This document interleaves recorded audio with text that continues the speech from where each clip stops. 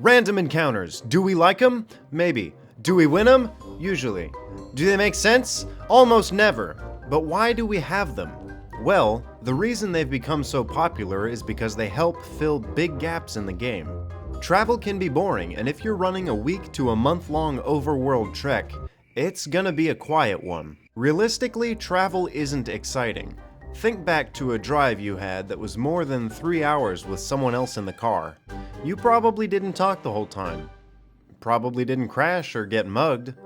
Even the old Oregon Trail was quiet as hell most of the time, with nothing but snake bites and dysentery to liven up the months. So why is it that in Dungeons & Dragons, Pokemon, and most JRPGs, every living thing wants to test your might? It's unrealistic to be sure, but when we're talking D&D, we should never cling to reality very strongly. That shit's sad and boring, which is why we play. Now that we're in the thick of the video, I'll list some pros and cons to random encounters. For pros, as I stated, they test your might. You spent half an hour having fun picking which combat abilities you wanted, and now you get to use them. They should also give us a chance to grab some new loot for the journey ahead.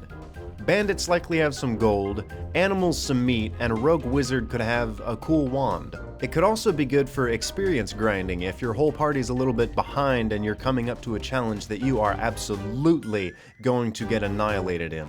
Now for the cons. They can bog down game time. I feel like if you want to get from one point to another, you don't want to spend time rolling initiative 4 different times and then doing these combats that take a long time. And then there's that one guy that casts the spell that makes combat 2 hours longer, and you gotta keep going. Also, in an overarching sense, they're pretty much pointless. When you're stopped on the road by some wolves, let's say that realistically you as a person are somehow able to kill them. Nobody was watching, no one paid you to kill them. I mean, you're probably going to do something other than kill wolves, so they didn't really help the story out that much. And sometimes, if you leave them exclusively up to the dice rolls, they can be a bit too unrealistic. This isn't just a region issue, but this can also be a battle tactic issue. Monsters tend to have a very specific way they go about taking you down, and a DM who rolls randomly might not know how to handle them, and have them all rush at you until they die. Which is kinda lame.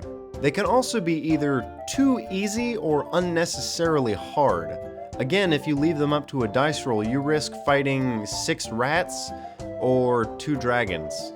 No one should die to 2 dragons outside of story parameters without a good reason. Those dragons should exist for some small reason, otherwise the players aren't going to be happy. You can also very easily have too many of them, like 1 to 2 a day. You shouldn't roll every hour on the hour for some kind of random encounter. If you think about it somewhat realistically, at least in the world of the game, you might encounter bandits or wolves on a roughly weekly basis, if not even less than that. And I don't think there's any such thing as frequent overworld mind flare attacks. The final issue that I'm familiar with is that they can get to be hard to manage. Even if there are 8 individual bats that you feel don't really necessitate a swarm, you now have to handle 8 additional initiative rolls, who has what HP, and how long they're going to take to go down. It's unnecessary to manage all that if this fight isn't even necessary. But looking back at it and at random encounters as a whole, they're not too terrible. But they need to be a lot better. The way they are now, I honestly don't like them. Get those damn bats and cats and banditos and mosquitoes out of my face. I don't want them. Go. No. So here's a question. Should we stop using them? No, don't do that. We gotta improve them. Firstly, and the most important thing you need to know about random encounters, is that they shouldn't all be combat. You should throw in some puzzles, curiosities, random traps, and other stuff that the players can choose to explore but don't have to. If everything attacked everything on the road, there would be no caravans. No one would get their bread on time. So my favorite, although I don't use them enough, would have to be unspoken stories. They really help add to the environment and can convey a mood without words. Finding a burned hut with ashes sort of filling the air and finding a blood-stained straw doll outside really speaks volumes. or having your players stumble upon a glimmering pond that heals those who drink it, but shouts obscenities at people while they drink it. That can be really entertaining and sort of a lighthearted shift from a game that's supposed to be a bit happier, but in recent events has not been. Other little curiosities include watchtowers, small inns, or anything that the players can spend 10 to 60 minutes of fun interacting with.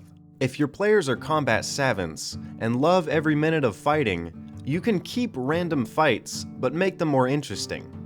You should know, against the player's bloodthirsty assumptions, these two things. Not everyone who attacks them is ready to die, and not everyone fights the same.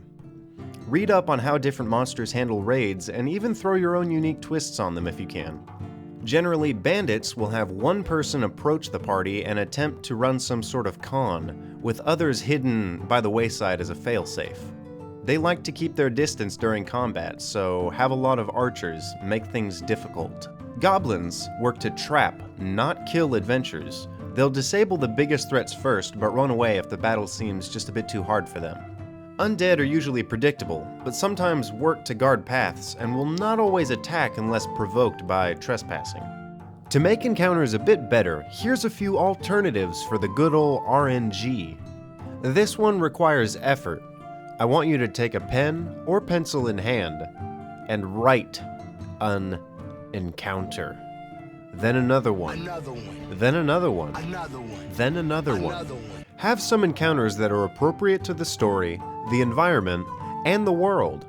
Don't use them all at once, and write more when something changes. And don't have the players roll percentage or a d20 for probability when they're traveling. That travel session just suddenly gets convoluted and oversaturated with role-based paranoia, and probably too many encounters. When the game moves slowly, or people stop paying attention, pull one of the ones that you wrote at random. You can pick one out that works best for you, or roll based on how many that you wrote. 4 works well enough, 6 can add variety, and with 8 or more you should have 1 or 2 odd events. This next one takes very little effort on your part, but a lot of trust and accountability lies in your players. At the start of the session, or the end of the last one, hand out 1 to 3 slips of paper. Ask your players to write a random encounter. They'll feel more involved with the world and anticipate that theirs might be used in this upcoming turn of events. I know this isn't the most original idea, but it's very well received. You can also shift around the rules to whatever extent that you want, where for every good encounter they also have to write a bad one, or for every good one that they write, you write 2 bad ones. Something like that. Or, as a third alternative, have a vote at the end of the game. People can choose either to have no random encounters because they collectively agree that they're unnecessary at this time. You can choose the old standby and give them a combat encounter. You can mix it up a bit and instead of the standard combat have some sort of mini-boss thrown their way that's a bit of a challenge and provides a bit more treasure. You could also have a trap or a puzzle. This is really all up to you. I can't give too many suggestions on these. You could have a small location, such as a tavern or something of the like, maybe a boat out in the way. Or you could have them vote on a curiosity. This one also relies heavily on you, and could be something, for example, a statue, an unspoken story like I mentioned earlier, some sort of cursed item buried in the sand, buried treasure, or pretty much anything that doesn't fit into the other categories. Then once they're done voting, make 1 or 2 of the top most voted item. This way you can still be a creative DM without the risks of your players fucking handing in piles of Tarasques and wishes that litter the road. The main problem I have with encounters is that there are too many, they're too boring, and they don't progress the story. I don't think any part of the game should be wholly random or wholly written. They both get to be boring, so make sure your campaign is a healthy mix.